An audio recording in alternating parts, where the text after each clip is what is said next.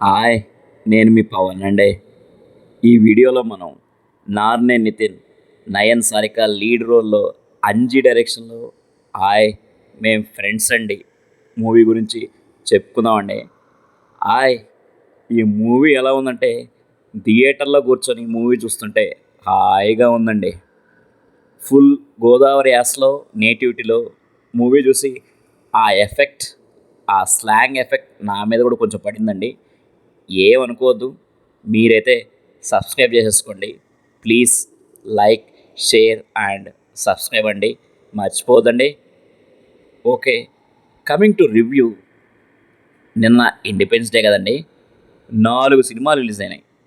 ఆ 4 సినిమాలు ఏంటంటే 'mister Bachchan', 'double smart', 'Thangalaan', 'ఆయ్'. ఆ ముందు 3 సినిమాలు చూసిన తర్వాత కొంచెం మైండ్ అనేది బ్లాక్ అయింది అండ్ స్ట్రెయిన్ కూడా అయింది భయ్యా.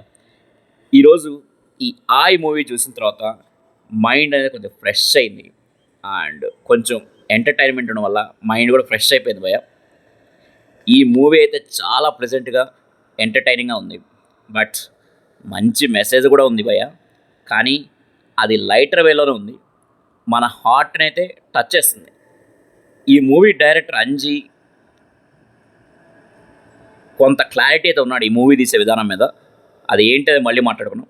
నార్నే నితిన్, నయన్ సారిక, రాజ్ కుమార్ కసిరెడ్డి, అంకిత్ కొయ్య, వినోద్ కుమారు, మైమ్ గోపి ఇలా చాలామంది ఉన్నారండి. మెయిన్గా అయితే వీళ్ళే క్యారెక్టర్లో. నాకైతే ఈ మూవీ చూస్తున్న సేపు ఒక హ్యాపీనెస్ అయితే ఉంది. ఎందుకంటే మన నేటివిటీలో, మన స్లాంగ్లో ఒక ఫుల్ లెంత్ మూవీ ప్లాన్ చేయడం, ఇది టాలీవుడ్లో ఒక మంచి స్టెప్ అనుకోవాలి భయ్య. అట్లీస్ట్ నెక్స్ట్ జనరేషన్ డైరెక్టర్స్ అయినా మారుతారు. మన లొకేషన్స్, మన నేటివిటీని కొంచెం ఎంకరేజ్ చేస్తారు. ఈ మధ్య లాస్ట్ వీక్ కూడా 'కమిటీ కుర్రోళ్ళు' అనే మూవీ వచ్చింది భయ్య. సేమ్ అది కూడా మన నేటివిటీలో ఉంటుంది ఫుల్ లెంత్. అది కూడా హిట్ అయింది భయ్య. సో ఎందుకు మన నేటివిటీ చూస్తే ఎందుకు హిట్ కావు అని కొంతమందికి, ఎలాగూ ఇప్పుడుండే మన పెద్ద హీరోలు, పెద్ద డైరెక్టర్లు మారే సమస్య అయితే లేదు. వాళ్ళు పాటకో దేశం, ఫైట్‌కో దేశం ఇలా చేస్తే సినిమాల్లో అద్భుతాలు ఉన్నాయని ఫీల్ అవుతున్నారు అని చెప్పుకుంటున్నారు కూడా. కానీ అందులో కథ మాత్రం ఉండదు. కట్ చేస్తే ఫ్లాప్, ఎక్కువ బడ్జెట్ అండ్ ఆర్థికంగా కూడా చాలా బర్డన్ టాలీవుడ్‌కి. సో ఉన్నంతలో మంచి బడ్జెట్‌లో, మంచి స్క్రిప్ట్ తోటి మన నేటివిటీలో, మన ఏరియాలో అందిస్తే బడ్జెట్ మిగులుతుంది, మంచి సినిమాలు కూడా వస్తాయి. ఇదే మలయాళంలో చేసే పని. ఈ విషయంలో డైరెక్టర్ అంజయ్‌కి అయితే ఒక హ్యాట్సాప్ చెప్పుకోవాలి భయ్యా. ఒక అండర్ కరెంట్ మంచి మెసేజ్ అయితే ఉంది తన స్క్రిప్ట్‌లో. కానీ స్క్రీన్ మీద మాత్రం ఎంటర్‌టైనింగ్‌గానే ఆ మెసేజ్ కూడా ఇవ్వాలనుకున్నాడు. అందులో సక్సెస్ అయ్యాడు కంపల్సరీగా. ఇదేం పెద్ద స్టోరీ కాదు అండ్ పెద్ద స్క్రీన్ ప్లే కూడా కాదు. కానీ ఆ కామెడీ సీన్స్ వల్ల ముగ్గురు ఫ్రెండ్స్‌తో పాటు మనం కూడా ఆ అమలాపురంలో ఉన్నట్టే అనిపిస్తుంది. సింపుల్ స్టోరీ, సింపుల్‌గా caste conflict love story. But love స్టోరీలో ఉండే ప్యాథటిక్ లేదు, క్యాస్ట్ బేస్డ్ ఉండే వైలెన్స్ లేదు. ఈ రెండు అయితే లేవు. బట్ క్యాస్ట్ ఉంది అండ్ లవ్ స్టోరీ కూడా ఉంది. ఓన్లీ ఎంటర్టైన్మెంట్ మాత్రమే ఉంది. బట్ మనం ఆలోచిస్తాం. కొన్ని scenes, softwares, work from home మీద కొన్ని సెటైర్స్ అండ్ క్యాస్ట్ బేస్డ్ కొన్ని డైలాగ్స్ ఇవి బాగానే ఉన్నాయి భయ్యా. ఈ మూవీ అయిపోయిన తర్వాత మనమైతే ఆలోచించడం స్టార్ట్ చేస్తాం. అదేంటంటే రిలీజియన్ చేంజ్కి అవకాశం ఉంది. కొంతమంది రిలీజియన్ చేంజ్ చేసుకుంటున్నారు. హిందువులు, ముస్లింలు, క్రిస్టియన్స్ రకరకాల చేంజ్ అవుతున్నారు. బట్ లవ్ ప్రాబ్లం వచ్చినప్పుడు క్యాస్ట్ చేంజ్కి మాత్రం అవకాశం లేదు. అవకాశం లేదా, లేదా మనం కల్పించుకోలేదా అనేది పెద్ద డౌట్ వస్తుంది భయ్యా మనకి. ఎందుకు క్యాస్ట్ చేంజ్ అయ్యారు? అంత పెద్ద రిలీజనే చేంజ్ అయినప్పుడు క్యాస్ట్ ఎందుకు చేంజ్ కాలేకపోతున్నారు? అది మనం కల్పించుకోలేదా అనే డౌట్ అయితే మనకు వస్తుంది.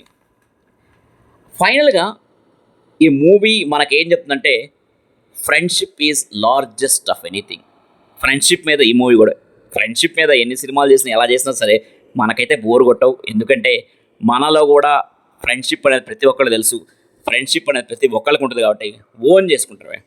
కులం, మతం, ప్రాంతం, డబ్బు ఇవన్నీ ఫ్రెండ్షిప్ ముందు బలాదు. ఇదైతే పక్కా ట్రూ అండ్ పక్కా సత్యం. అండ్ ఇదైతే మనం ఎవరు కాదనలేం. మూవీ మొత్తం లెంత్లో మొత్తం లెంత్ 2 hours 20 minutes ఉంది మేము. 2 hours 10 minutes కామెడీ మాత్రమే ఉంటుంది. అండ్ ఒక 10 minutes మాత్రం కొంచెం సీరియస్ మోడ్లో ఆ క్లైమాక్స్ అది కూడా లేకపోతే కష్టం కాబట్టి క్లైమాక్స్ మాత్రం ఒక 10 మినిట్స్ కొంచెం సీరియస్ మోడ్లో అది ఎంటర్టైనింగ్గా ఉంటుంది. ఈ విషయంలో డైరెక్టర్ చాలా క్లారిటీగా ఉన్నాడు. అండ్ ఒక ఫస్ట్ 10 మినిట్స్లోనే ఈ విషయం మనకు అర్థమైపోతుంది. అందుకే ఈ మూవీ విషయంలో సక్సెస్ అయ్యాడు. సక్సెస్ అయినట్టే భయం మూవీ. ఇక యాక్టర్స్ పర్ఫార్మెన్స్కి వస్తే నార్నే నితిన్ తెలుసు కదా, మన జూనియర్ ఎన్టీఆర్ బావమరిది. తన ఫస్ట్ మూవీ మ్యాడ్తో కంపేర్ చేస్తే కొంచెం ఈ మూవీలో అయితే ఇంప్రూవ్ అయ్యాడు. బట్ ఇంకా ఇంప్రూవ్ అవ్వాలి. మేబీ ఇంకొక 2-3 మూవీస్ చేసిన తర్వాత కొంచెం మెచ్యూర్డ్ యాక్టర్గా తయారవుతాడేమో. బట్ ప్రస్తుతానికైతే ఓకే, మ్యాడ్తో కంపేర్ చేస్తే పర్లేదు, బాగానే చేశాడు. డైలాగుల్లో కూడా కొంచెం ఇంప్రూవ్మెంట్ ఉంది.